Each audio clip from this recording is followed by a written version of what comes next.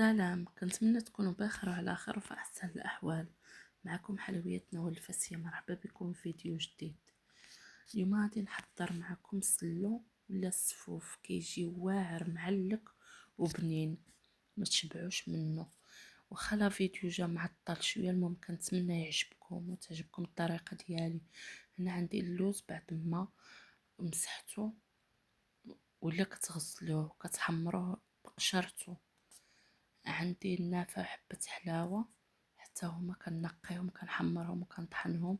عندي القرفة، المهم طحنتها على اليد. عندي زريعة الكتان، الناس اللي ما كديرش زريعة الكتان في السلو ديروها، راه واعرة وصحية. كنقيها وكنحمرها وكنطحنها. عندي هنا الزنجلان تا هو كنحمرو، وكان النص كنخليه مكمل والنص كنهار نطحنو. المهم كاوكاو حتى هو كنحمرو. الناس اللي مكديرش كاوكاو في السلو غير يديرو، كيجي واعر. كاوكاو حتى هو كنهرمشو وكنحيدلو القشره وكنحمرو.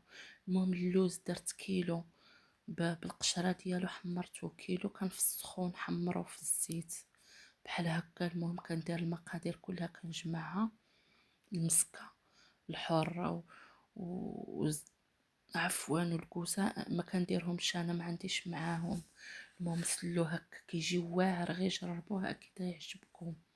صافي انا كنخلط سلو بالزيت، ويلور مزيانه، وكندير له كنحليه بسكر كلاصي، ما كنديرش العسل والزبده حيت كيضيعوا سلو.